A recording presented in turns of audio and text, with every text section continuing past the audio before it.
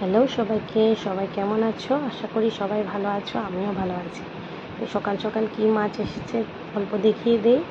এগুলো ছিল ছোট সাইজের আইড়ের বাচ্চা, তারপর ছিল কয়েকটা পাবদা, কয়েকটা ট্যাংরা, সবগুলো মাছ মেশানো ছিল। তো ফার্স্টে আমি সবগুলো মাছ কেটে ধুয়ে পরিষ্কার করে নিয়েছি। তারপর হলুদ, লবণ আর শুকনো লঙ্কা দিয়ে মাছগুলো ভালো করে মেখে ভেজে নামিয়ে নিয়েছি। তারপর আমি মাছের মধ্যে পেঁয়াজ সম্বাস দিব, কাঁচা লঙ্কা সম্বাস দিব, আর সাইডে একটা পেস্ট রেডি করে নেব।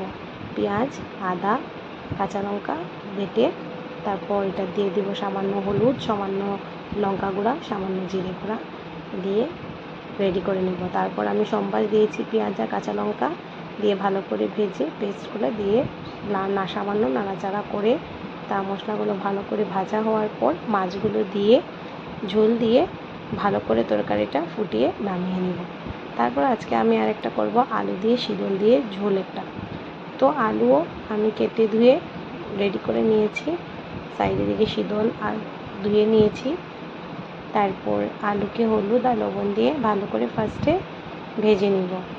তো আলুটাকে ভেজে আমি শিদলের ঝোলের জন্য পেঁয়াজ আর রসুনও একটু বেটে নেব। তারপর আমি শিদল তেলের মধ্যে দিয়ে ভালো করে নাড়াচাড়া করে অল্প কয়েকটা শুটকিও দিয়ে দিয়েছি, দিয়ে ভালো করে নাড়াচাড়া করে পেঁয়াজ আর রসুন বাটা দিয়ে হলুদ লঙ্কা গুঁড়া ভালো করে দিয়ে ভালো করে নাড়িয়ে একটু লবণ দিয়ে ভালো করে নাড়াচাড়া করে ভেজে নিয়েছি।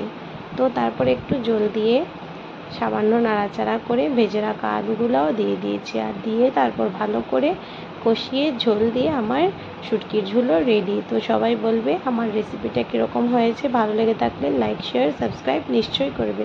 Thank you for watching my video.